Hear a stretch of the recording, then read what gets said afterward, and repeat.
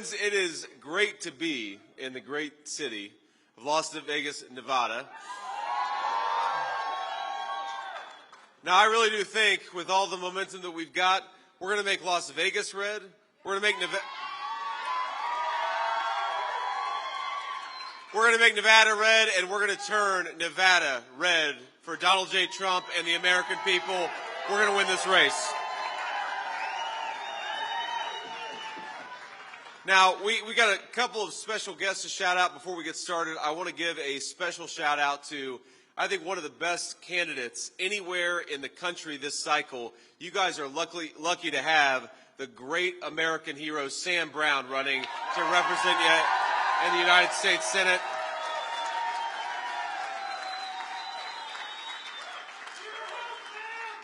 We got to get Sam in the United States Senate, because I really do believe Donald Trump is going to be the president. I'm going to need the vice president. We're going to need all the help that we can get, and Sam Brown is the right man for Nevada. We've also got the great Lieutenant Governor Anthony. Where's Lieutenant Governor Anthony? Thank you, sir.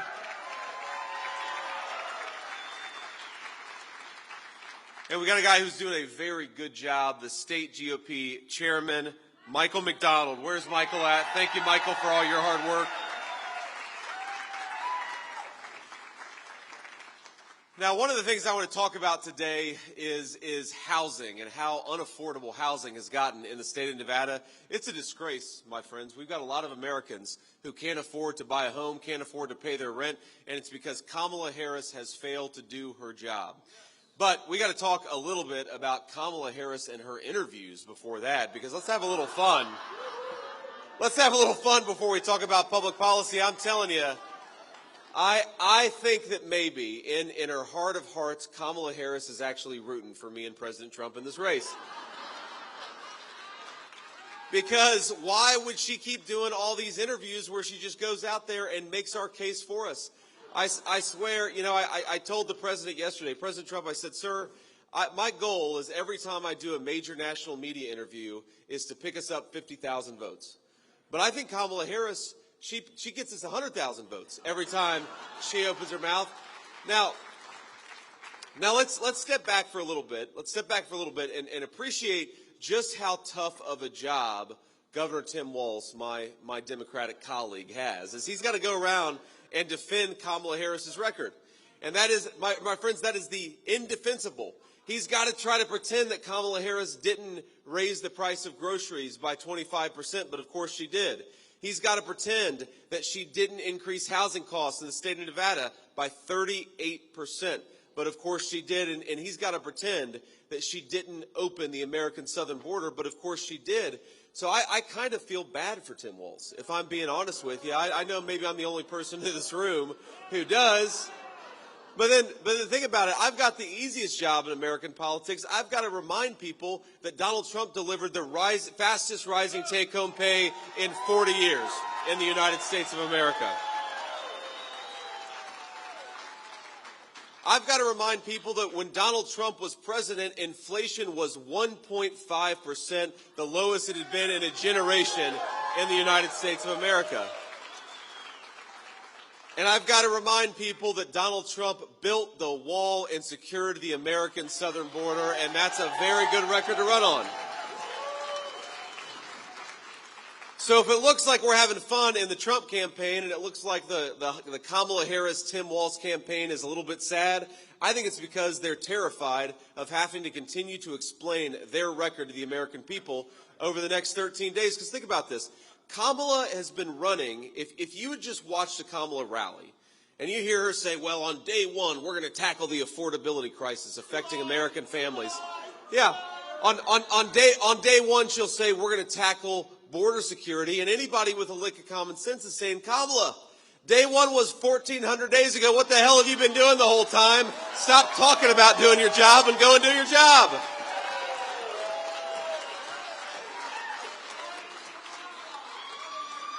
But I think it explains why these interviews are so tough for Kamala Harris, because they ask her very basic questions about what is she going to do differently, what is she going to do in the next 4 years that she hasn't done in the last 4 years, right? How is she going to solve the problems that she, in fact, helped create? And my favorite is when they say, well, what is your specific plan for how you're going to lower the cost of groceries and housing for American families? And she'll say, well, I grew up in a middle-class family. Or you know, when I worked at McDonald's, I made the hash browns. And by the way, I don't even know if that's true. Where is the evidence that she actually made the hash browns at McDonald's? I haven't seen that evidence. I think Donald Trump has worked at McDonald's for longer than Kamala Harris has.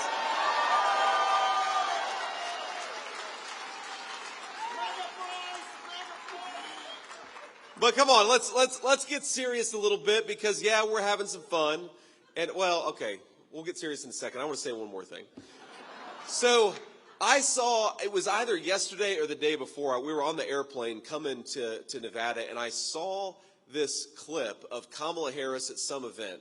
And you know the big theme of the first month of their campaign was that they were the joyful campaign. And my friends, the joy is gone. The joy is gone from the Kamala Harris campaign. I was watching her, and she was kind of scolding people. She was scolding people for thinking that Donald Trump is funny. I mean, she really was. She was like, how can you dare have a sense of humor about American politics? It's one of the things I love about my running mate is he does have a sense of humor. You can fix the country, but have a good time while you're going around and campaigning across the United States, right? But as she was sitting there scolding, I couldn't get this thought out of my head that she wants to be the president of the United States of America, but there's nothing presidential about scolding your fellow citizens. And it kind of hit me that what she was acting like was a vice principal who had just called you into the office because you were having too much fun at school. And I think one of the big questions we have to ask our fellow Americans is, over the next 4 years, do you want a president who is fighting to make your life more affordable and to make your country more peaceful and prosperous? Or do you want Kamala Harris who's going to scold you when you're having a good time? I think we know the answer. We want Donald J. Trump. We want to have a good time, and we want to fix the country in the process.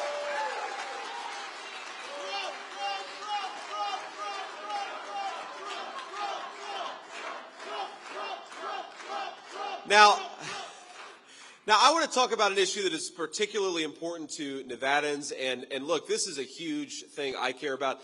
I'm the first millennial on a major party presidential, vice presidential ticket. I'm 40 years old. Now, I used to go around and complain because I turned 40 a couple months ago, and I used to complain about turning 40, and then somebody would come up to me and say, I just turned 70, so shut the hell up about how you're mad about your age. So I stopped talking. I stopped talking about that. But here's the crazy thing is my generation, I'm speaking particularly to folks in my generation and a little bit younger, Donald Trump and I, if you work hard and play by the rules, we're going to fight for your ability to afford the American dream of homeownership. You ought to be able to own a home if you work hard and play by the rules in this country. You ought to be able to afford a decent place to live.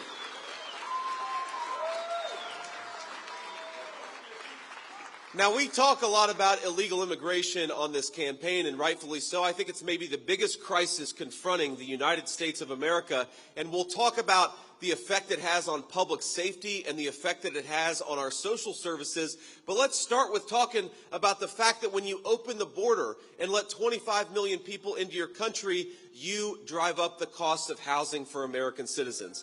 This is simple supply and demand, my friends. We got to do two things to lower the price of housing. Two things to lower the price of housing for Nevadans is we've got to build more houses and we've got to deport the illegal aliens so that American homes go to American citizens.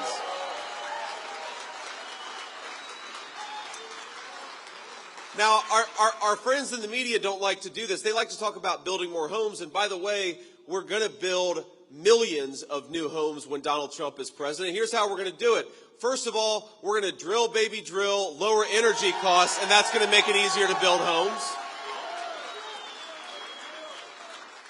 We're going to stop the ridiculous regulations that make it harder for our construction companies and our workers to build homes in the first place.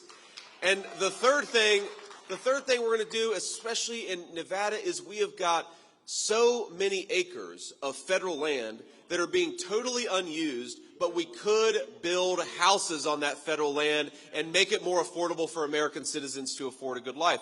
That's what we can do. And by the way, you can open up some of those lands while still protecting and preserving our beautiful natural parks. You know, Kamala Harris wants to say that you can't do both of these things at the same time. You all know there's a lot of federal land out there that isn't being used for anything, but it could be used for American homes, for American citizens. So let's change that.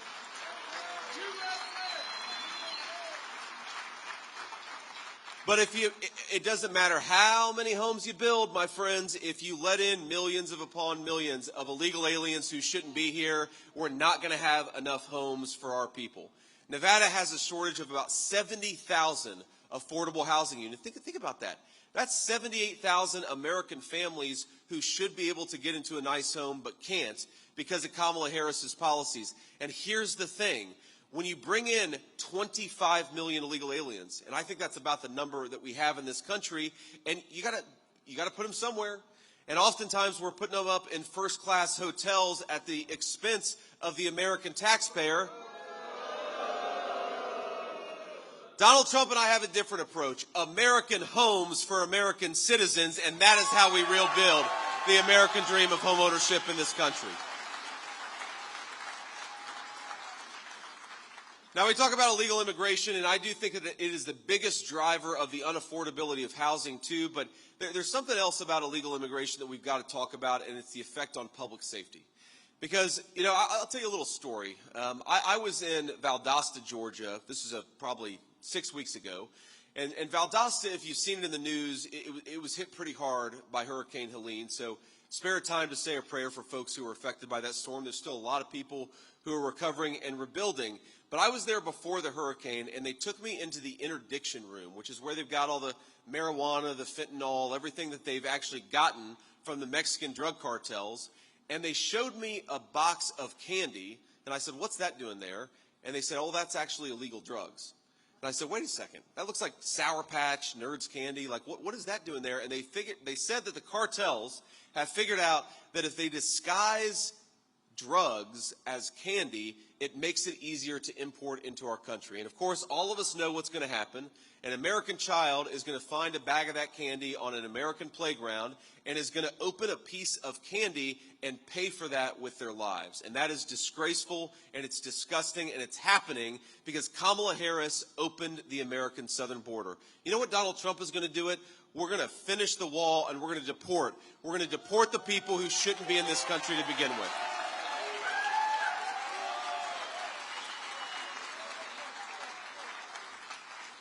Right now, thanks to Border Czar Kamala Harris's open border, right now there are 425,000 criminal illegal aliens in the United States of America.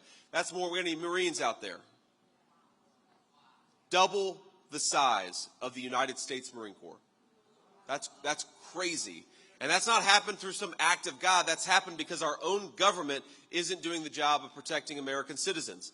We've got thousands upon thousands of kids who are the children of illegal immigrants who are in our public schools in Nevada. And of course, what happens when you've got teachers who've got to focus on kids who don't even speak English? That means that Nevadan children are getting the short end of the stick and are not getting the education they deserve. And of course, we know that when you let in hundreds of thousands of illegal immigrants into states all across our country, and certainly into Nevada, and we give them free access to health care, emergency room wait times go up, access to hospital services goes down. We are making our own citizens poorer, less safe, less healthy, and less prosperous because Kamala Harris cares more about illegal immigrants than she does about the citizens of the state of Nevada. My friends, that's going to stop when Donald J. Trump is president. I promise you that.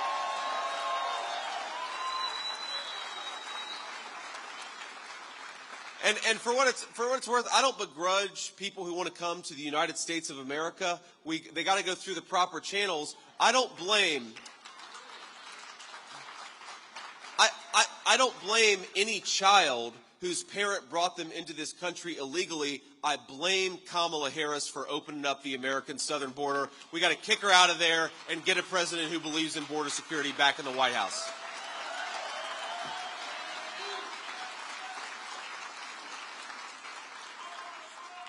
Now I agree. Now let's talk about something else, which is the economy. My friends, I believe that when we reelect Donald J. Trump, the next president, we are going to unleash a golden age of prosperity in Nevada and all over the United States of America.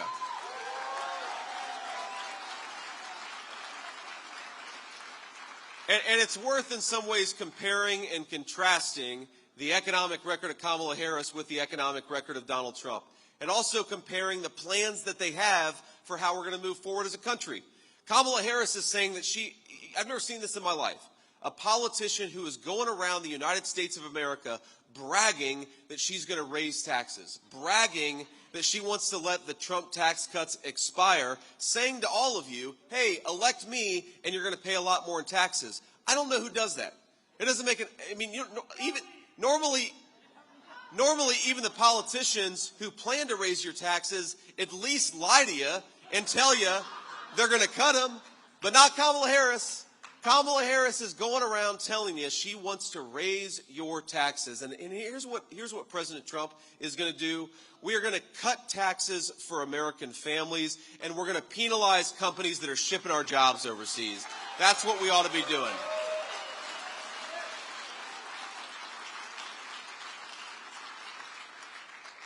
Here's another difference. Kamala Harris wants to buy oil and gas from tin pot dictators all over the world, some of the worst and most vile people in the entire world. She'd rather buy oil and gas from them. Donald Trump and I want to buy oil and gas from American workers in American territories, and that's why we say, drill, baby, drill.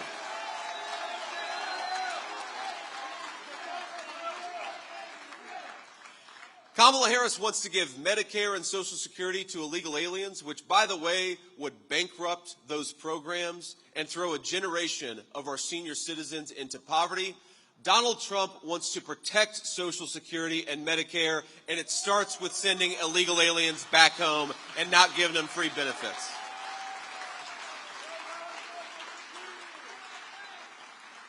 And if Kamala Harris is rolling out the red carpet for the illegal immigrants in the United States of America, Donald Trump has a different message. Pack your bags, because in 4 months you're going back home.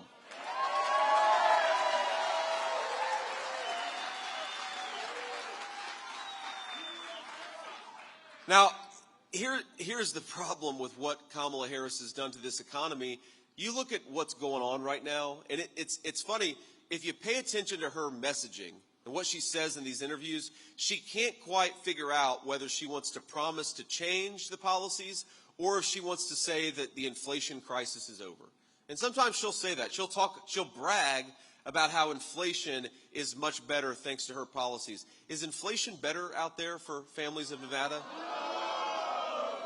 You know, credit card delinquencies in our country have gone way up. About 10% of credit card balances in the United States of America are delinquent right now. You know, about 8% of car loans are delinquent right now. You have Vice President Harris bragging about how good the economy is, and then you have American citizens who can't afford to pay their bills. I'd like to have maybe not just a president like Donald Trump who is smart about what's going on in the country, not just a person who knows that the American people who are suffering, but a person who can look at what's going on in the United States of America and say, we can do so much better. We can, my friends. We've just got to get Donald Trump back in the White House.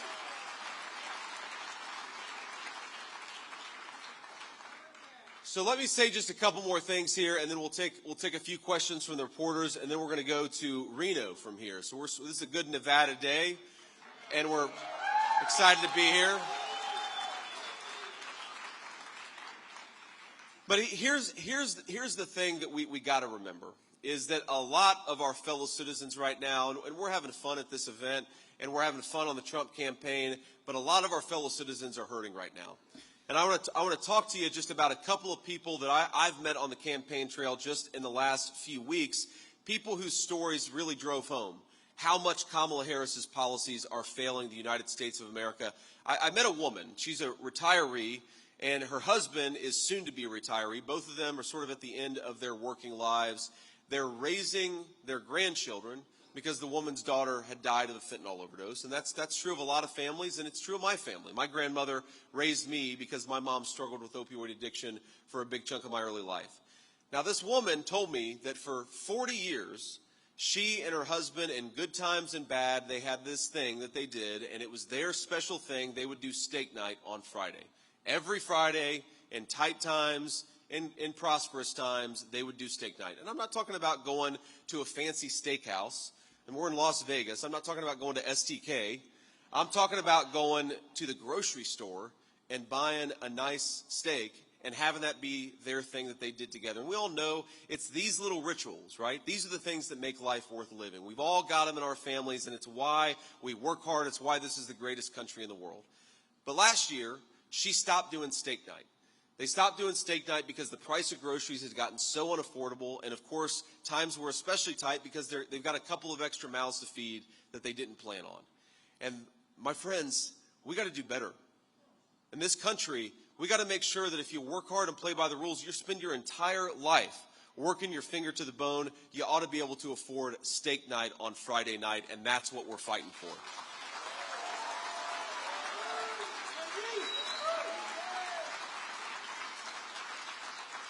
I meet so many young Americans, and if you look at the statistics, but also if you just talk to young families, the biggest barrier to people, our young people starting families, having babies, is that they're worried about the cost of housing. So the more that housing gets more expensive, the more that young Americans are going to decide to either wait or to not have a family altogether. And what a horrible indictment of the policies of Kamala Harris that our young people are choosing not to have families because they're worried about affording a baby under Kamala Harris's economy.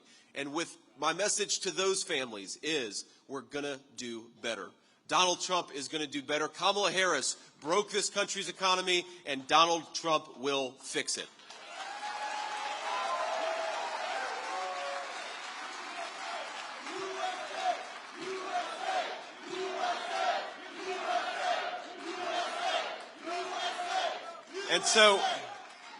And so I want us, because I know a lot of you are volunteering. A lot of you are knocking on doors. A lot of you are doing the things that we need to do to get out the vote. And we'll talk a little bit more about that after I take some questions. But I want you to remember what we're doing it for.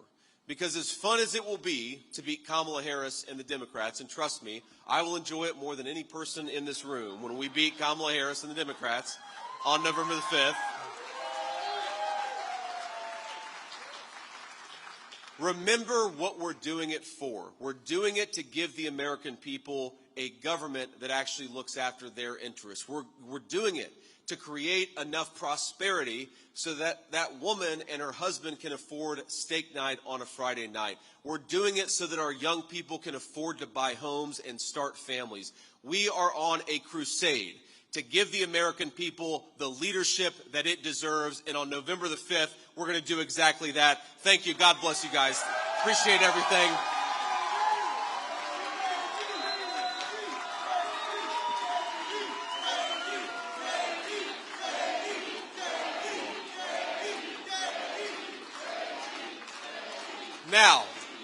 Now, we'll take a few questions from reporters, and then unfortunately, we're going to have to hit the road and go to Reno, but let's start. It's too bright for me to see you, so hopefully somebody back there has a microphone. Senator, thank you very much for coming to Las Vegas.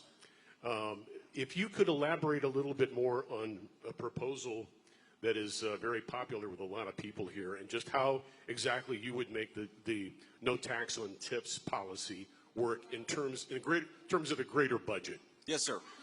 Yeah, look, it's a fair question. Obviously, the government's spending way more money than it takes in right now. And I think that there are so many areas where we can cut wasteful spending, frankly, stop paying hundreds of billions of dollars in fraudulent Medicare and Social Security claims to illegal aliens, and we can save a lot of money that we can give back to the American people. But here's what's so important about President Trump's no tax on tips policy. And notice, he comes out with a no tax on tips policy. It was his idea. I mean, I was actually there when he came up with the idea and then called a couple economists and said, all right, give me a sense of how this would work. So he literally just came up with it. And then, of course, we looked into the policy details of how to make it work. And then he issued this proposal, and 4 days later, Kamala Harris came out with it. And if you notice, we're talking a lot about border security. And like 4 days after she became the nominee, she started talking. All of a sudden, Kamala Harris got religion about border security. And I sometimes think that Kamala Harris, the last couple of weeks, she's going to wear a long red tie and a red MAGA hat. And that's going to be her strategy, is just copy everything Donald Trump does. But sir, to answer your question, the details do matter, obviously, but I think that people overestimate the budgetary hit of no taxes on tips because, frankly, a lot of what we get out of taxing tips right now, a lot of what happens is that you have IRS agents harassing casino workers and servers, and it costs a lot of money to harass middle-class people. Why not just give them their money back, fire the IRS agents, and we'll all be more prosperous, and Americans will have more money in their pockets?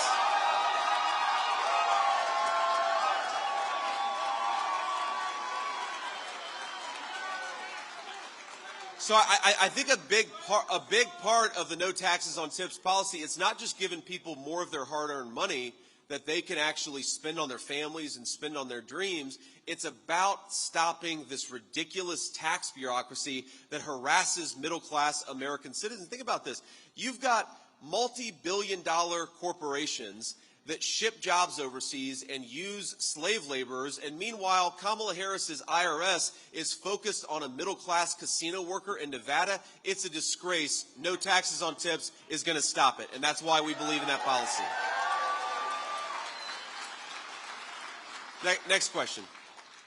Senator Vance, with respect to the housing proposal, when the Democrats talk about this issue, one of the things that they highlight is this alleged idea of giant corporations and big investors buying up houses and thus driving up the price of those houses. I wonder if you'd comment on that with respect to your program and Sure. whether or not that would be a factor. Well, look, first of all, I've been talking about that issue for years, and that's another issue where the Democrats have just copied our talking points in one form or another. Again, we want American homes to go to American citizens, and whether we're talking about an illegal alien or a massive foreign conglomerate, I don't want either one of those groups to own American homes. I want the American people to own American homes. But what I find so preposterous about Kamala Harris's proposals here is, and most of them I think are totally crazy, and some of them she's copied from us. So the ones she's copied from us, obviously, I think are a good idea. I can't help but wonder, why aren't you doing it right now? Who is the majority leader of the United States Senate? A Democrat. Who is the president and vice president of the United States? Kamala Harris and Joe Biden. If Kamala Harris really believes that these policies are going to make American citizens more prosperous, she is welcome to try them right now. What I can't get over is a person who runs on promising to do something. She's got a job right now. She ought to do it. And if her ideas are so good, they would help the American citizens now. And it's telling that instead of actually implementing these policies, she just talks about them, because that's what people in Washington do. Career bureaucrats and career politicians who talk about doing things. Donald Trump actually got stuff done in 4 years, and that's why we got to put him back in the White House.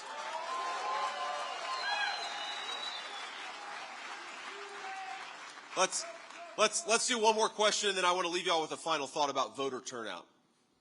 On behalf of KPVM Television, thank you so much for this question. As we know, alcoholism and/or addiction does not discriminate based on race, Sure. education, socioeconomic status, gender, or anything else. And Clark County has seen an increase in fentanyl fatalities, approximately 297% increase in the last couple of years. What do we do? Very good question, ma'am. And look, it is a big issue, not just in Clark County, not just in Nevada, but all over the United States of America. And the first and most important thing that we've got to do is close down the border and stop this poison from coming into our country in the first place. And I speak about this issue with a lot of personal experience because, my mom for so much of my childhood, struggled with addiction in some form or another. It's why my grandmother raised me. Well, I'm standing here, by the grace of God. My mom has been clean and sober for almost 10 years, and that is an amazing grace and an amazing thing. But I can't help but wonder, because I've certainly sat by Mom's bedside after a bad overdose, wondering whether she would wake up and praying to God that she did. And I can't help but wonder if the poison that Kamala Harris has led into this country today was in the country 15 years ago, would my mom still be here? And would she have gotten the incredible opportunity to be a great-grandmother to our three kids? I think the answer is no. And it's one of the reasons why we've got to stop this poison from coming into our country. Is to everybody out there, there is hope on the other side of addiction, but only if you get a second chance, and fentanyl is taking second chances away from our citizens. Think about this, 100,000 people dying of overdoses. Most of those overdose deaths every single year are caused by fentanyl. Can you imagine if a foreign country invaded the United States of America and was killing 100,000, mostly young people? We would go to war over it. So why don't we do that right now? Why don't we go to war with the Mexican drug cartels that are killing our people by the thousands?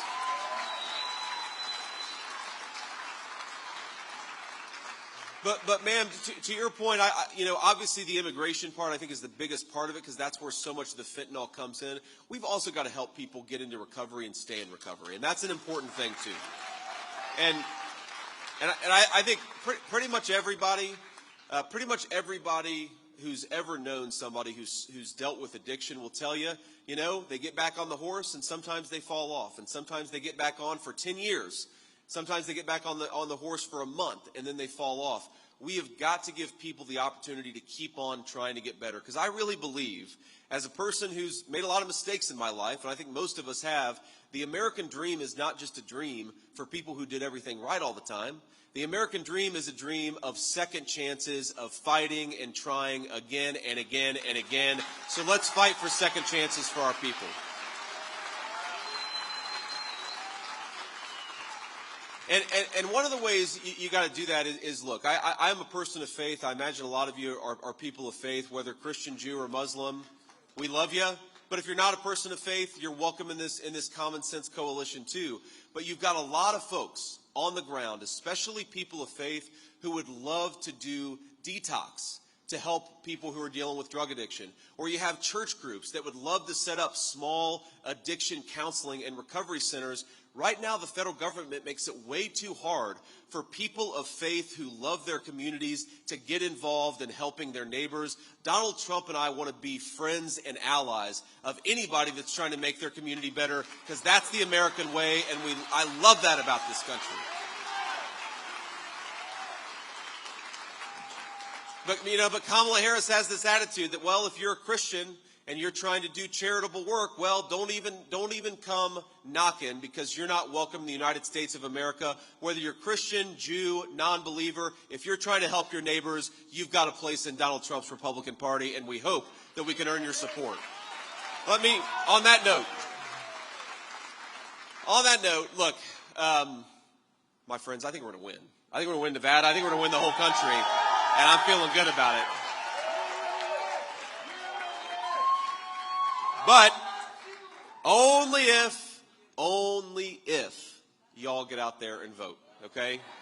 And not just you, but your friends and your family. So I'm going to make 3 requests of you, okay? And look, this matters not just for President Donald Trump and hopefully, future Vice President me. It matters. Look, if we win Nevada by a few points, I think we're dealing with Senator Sam Brown instead of Senator Jackie Rosen. That's a big thing.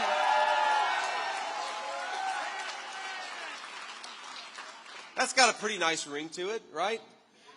Sam's really tall. That's the one thing I don't like about Sam, though. I don't want anybody in Washington. I'm 6'2". I don't want anybody taller than me. But look, Sam he's a once in a generation guy. If we don't take this seat this time with that candidate, you guys may have a Democrat in that chair for the next 20 years, right? So here's what I want to ask you for, okay? Number 1, there's a website. I want you to go to it. Write it down if you have to, but I'm going to repeat it, swampthevoteusa.com. That's swampthevoteusa.com. Because as President Trump says, we have got to swamp the vote. I don't want to just win. I want to win by such a big margin that we're going to bed early on Tuesday night. And we know that we've won. We know that we've done what we need to do. Okay? So go to that website. You check your registration. You can check how to get involved in some of our voter turnout efforts. You can know where your polling location is. Swampthevoteusa.com. That's number one. Number two, I want you to use whatever method of communication, whether it's social media, text messaging, email, call. I want you to commit to talking about what you saw here today, and most importantly, why you are voting for Donald Trump and why you're not voting for Kamala Harris. Because we're never going to have Kamala Harris or her allies in the corporate media telling the truth, but we can tell the truth to one another, and that person-to-person power is how we're going to win the 2024 election. Again, not just for President Trump, but for folks like Sam Brown. So talk to people. Get out there and talk to people about why you're voting for Trump. Now, here's the third thing that I want you to do. I want you to get out there, and I want you to vote 10 times.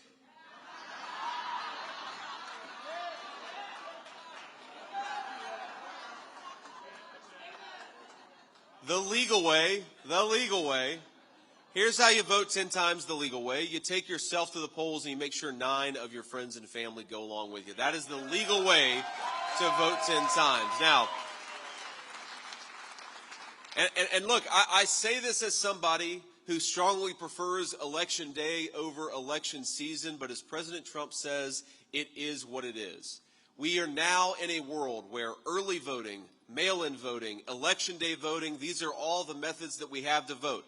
And if Kamala Harris's team is using everything and we're only using one of those methods of voting, then we're going to get killed. So we got to get out there, however you can, early voting, in mail, early in person, going on election day, whatever makes the most sense to you, get out there and let's try to bank as many votes by election day as possible. I was talking to your great GOP chairman earlier today, and we were talking about how usually Republicans go into election day down thousands, sometimes tens of thousands of ballots. We have a chance in Nevada of going into election day with Republicans up by thousands of ballots. So let's do what we can and get people out there to vote.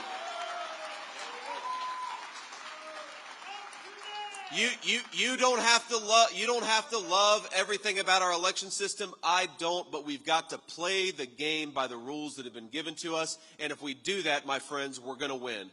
Take your friends and family out there to vote. Remember, the country is depending on us. The country is depending on you to give the United States the leadership it deserves. God bless you. We're going to do it in 13 days. Thank you all for having me. It's good to see you in Nevada.